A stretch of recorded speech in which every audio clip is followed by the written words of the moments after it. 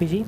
And during my intern, I was working on this small project called SSL Store, right? So when I went there, there's this pretty cool HashiCorp Vault.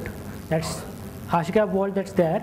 So I'll talk about what Vault is. So the thing is, so the need was at Apigee we have API proxies, right? So we serve customers, and for different customers we have a set of SSL certificates. So whenever you want to, so we wanted a store where we could keep the certificates for different customers and then push it to AWS or let's say any cloud base whenever we need it, right? So this is what. So for that, for storage, we saw Vault was pretty good option.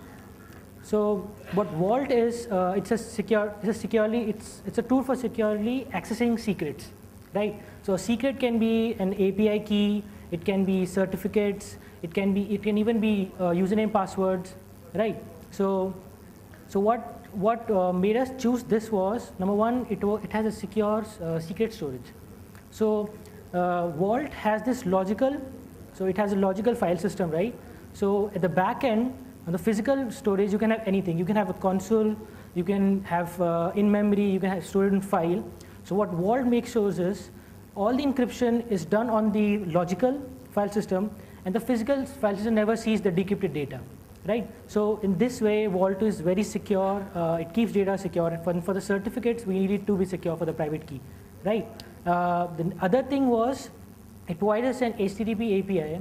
So Vault works as a client server, right? So it provides an HTTP API so that we can store data in the Vault, access the data from the Vault easily. And because it's an HTTP, it also has a pretty strong authentication system. So you can use LDAP servers to access it. You can username, passwords to access it. So which is pretty useful, right? About how the SSL store was designed, right? So main architecture is there's the SSL store which is written in Golang, so that it can be used easily on different machines, right?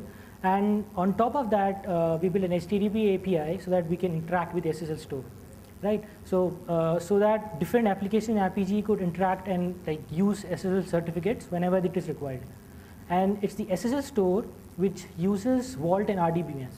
So we use Vault to store. We'll use Vault to store all our data, which is very sensitive, right? The private key and the certificate itself and things like that, right? And we use RDBMS so that we can store the metadata about a certificate. So we want to know what certificate belongs to the customer and that. So this is how the main architecture looks like for the SSL store, right?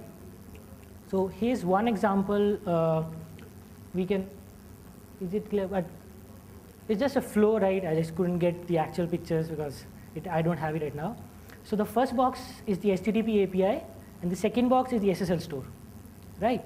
So on the HTTP, you send a post request saying, I want to store this certificate for this customer, right? So you send in the certificate, the CA, the entire trust chain, and the private key to the HTTP API, which checks, there are checks involved in there so that we can check, okay, the customer is right, we're doing it for right customer that we already have, or does this certificate already exist, is it a duplicate, things like that on the HTTP level.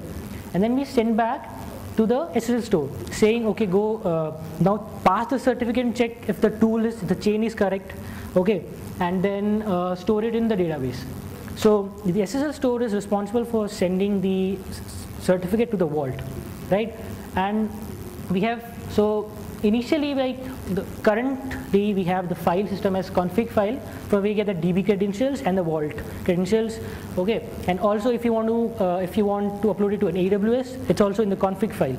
But Vault also provides one feature that we'd love to implement a little later, is that it provides you a way so that you can create AWS access credential keys on the fly, and also MySQL or RDBMS MySQL database username and password on the fly.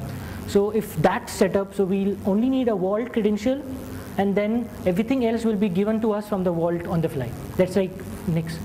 And here you store that Vault. You show the certificate of the Vault, right?